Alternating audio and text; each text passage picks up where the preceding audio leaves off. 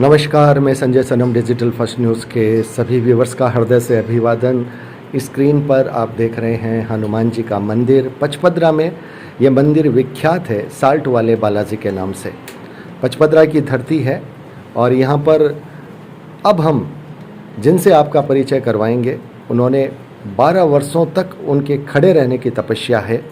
राजनाथ जी खड़ेश्वरी महाराज जी के नाम से वो विख्यात हैं। और ये देखिए महाराज जी हमारे सामने खड़े हैं। ये 12 साल की आपकी तपस्या, ये प्रेरणा कहाँ से मिली?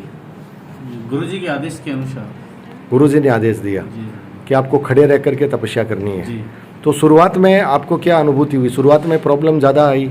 हाँ, शुरुआत में प्रॉब्लम ज़्यादा आई।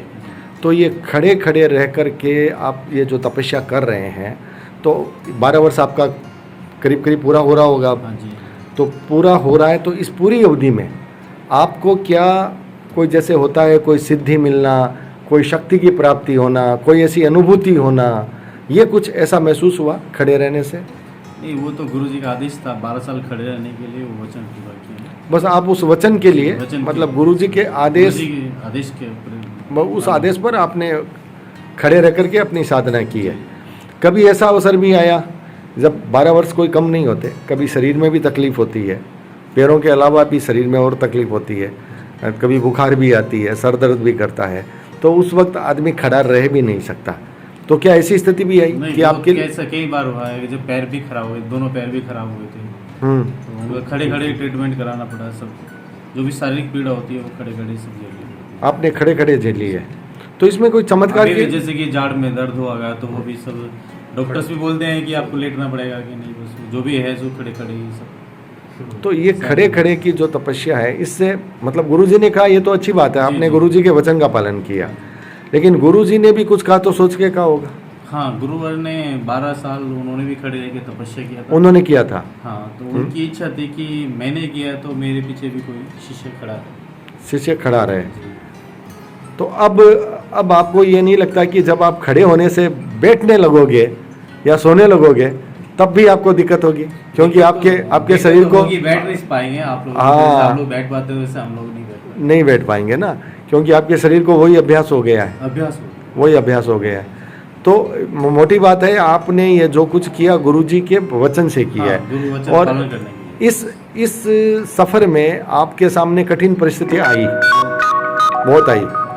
कभी मन डिगा कि अरे बैठ जाएं, गुरुजी को बोल दें कि मैं नहीं रहा जाता? ये एक हठयोग के माध्यम से तपस्या सफल हो पाएगी। हठयोग नहीं होता तो तपस्या नहीं होती। ये हठयोग था। हठयोग जो कि नाथ संप्रदाय, अब नाथ संप्रदाय से।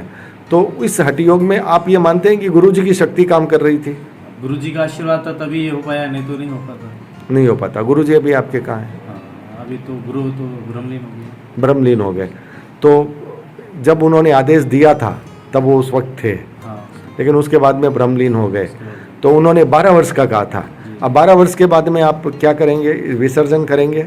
हाँ, ये तो अगर इच्छा होगी तो कर सकते हैं, नहीं तो विसर्जन कर सकते हैं। अच्छा, आप इसको नियमित आगे भी लगा सकते हैं? आगे भी चला सकते हैं। हाँ, शरीर स्वस्थ रहा तो आगे भी कर सकते हैं, और नहीं रहा तो विसर्जन भी कर सकते हैं। अभी आपके हाथ में है। संकल्प वो पूरा हो गया। अब आपके हाथ में है। अब आप जब चाहो जो निर्णय ले सकते हो, अनुकूलता प्रतिकूलता देख करके आप जो भी निर्णय ले सकते हो। लेकिन महाराज जी, मुझे ये बात बताओ कि मैंने कई जगह ये देखा है, कुछ लोग जो साधक लोग हैं वो भी खड़े रहते हैं, वो भी खड़े रह के तपस्या करते हैं। कोई 4 महीने की करता है, कोई 6 महीने की करता है। 12 वर्ष की तो ऐसी लंबी तपस्या तो बहुत कम लोग ही करते होंगे। तो वो लोग करते हैं कोई सिद्धि के लिए, कि कोई शक्ति उनको मिलती है, कोई और बात होती है जिससे लोगों का काम करते हैं। आपके जीवन में क्या कुछ ऐसी अनुभूति हुई? खड़े रहने से आप तपस्या कर रहे हो तो आपको कोई अनुभूति हुई, कोई शक्ति? देखो, अलग अलग तरीके होती है, अपना अपना अलग अलग तरीके का साधना करने का सबका व्यवहार होता है जी। तो सिर्फ गुरु वचन पालन करने के लिए, ताकि आपके मन में कामना मिले कि हाँ, एक गुरु शिष्य में कितना प्रेम और कितनी भक्ति होती है। मतलब आप सिर्फ आपके मन में भावना थी, गुरु ने आदेश दे दिया तो अब उसको करना है। वो आपके मन में कोई छोटी मोटी बात नहीं होती। 12 साल निकालना तपस्या करने बहुत बड़ी बात होती है।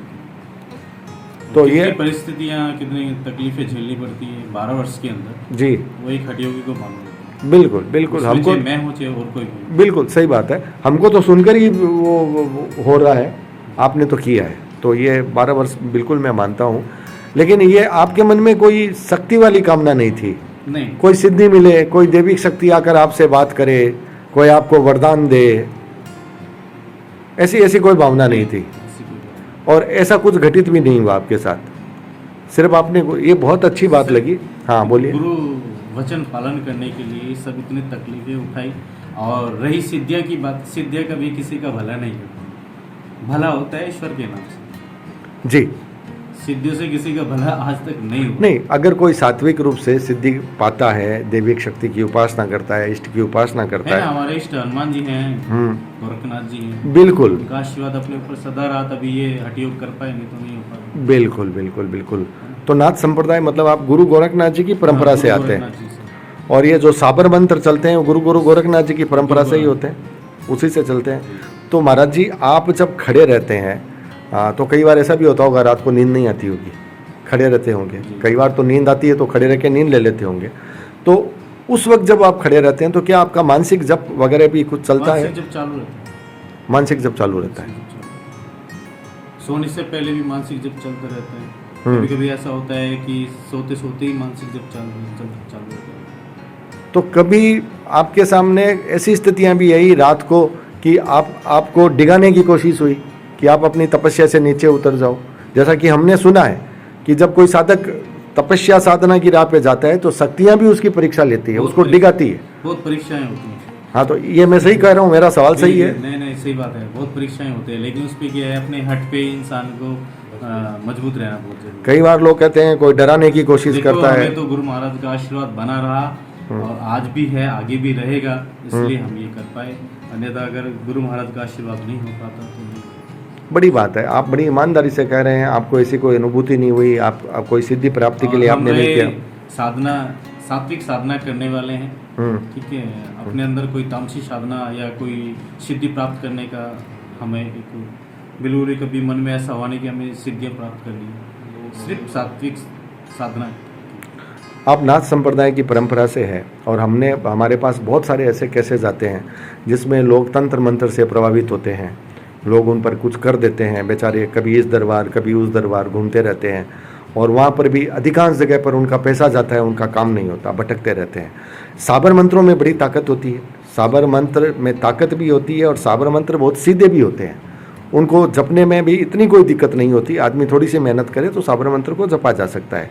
आज मैं, अगर आप चाहो तो मैं ये चाहता हूँ कि आप जब उसी संप्रदाय उसी परंपरा से हो तो क्या कोई ऐसा रास्ता, कोई ऐसा मंत्र, कोई ऐसा जप आप बताना चाहोगे जो हमारे लोग सुन रहे हैं, कि भगवान गोरखनाथ जी को याद करके, आपके गुरु जी की जो भी परंपराएं हैं उनको याद करके कुछ ऐसे मंत्र का लोग जप करें, चाहे वो किसी भी सनातन में हो, जैन में हो, किसी भी धर्म संप्रदाय में हो, वो जप करें तो उनसे उनकी वो तकलीफ दूर हो सकती। ऐसा कोई मंत्र नहीं बता सकते? चलिए, ये भी आप बड़ी ईमानदार हैं, क्योंकि मैं जानता हूँ कि कई बार कुछ चीज़ें इजाज़त के बिना नहीं बोली जाती, तो ये भी अच्छा लगा। और 12 वर्ष आपको कब पूरे होने हैं?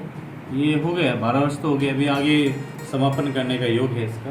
अच्छा, 6 महीने बाद कभी भी समापन कर सकते हैं, एक विशाल भंडार के रूप में इसका समापन होगा। तो आप समापन करना की इच्छा रख रहे हैं अभी? हाँ, शरीर के हिसाब से अगर शरीर स्वस्थ रहा तो आगे कर लेंगे, नहीं तो समापन करेंगे। तो समापन करेंगे।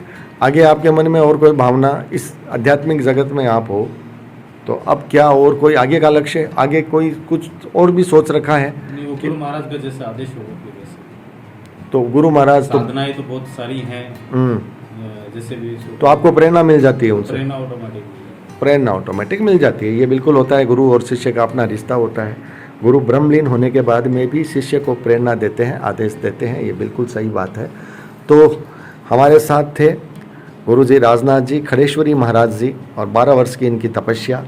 तो व्यूवर्स देखिए 12 वर्ष की तपस्या, और सबसे बड़ी बात है बड़ी ईमानदारी के साथ इन्होंने सारी बातें कही है। कहीं कोई ऐसा नहीं, इन्होंने बात नहीं कही कि मेरे पास ये सिद्धि आई, मेरे पास ये शक्ति आई।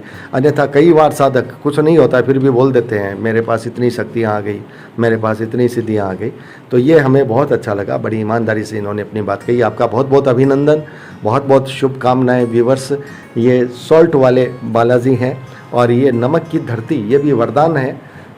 मातेश्वरी तो सोना चांदी भी दे सकती थी, हीरे जवाहरात भी दे सकती थी, लेकिन लोगों को ये था कि हमारे पास तो नमक नहीं है, और जब कोई चीज़ नहीं होती तो उसी की मांग होती है, और उसके बाद में यहाँ नमक की खाने हो जाती है, नमक ही नमक हो जाता है ना। तो ये दृश्य है, भक्त भी आए हुए हैं, सब हम आपको दिखा रहे हैं तपती धूप का दृश्य।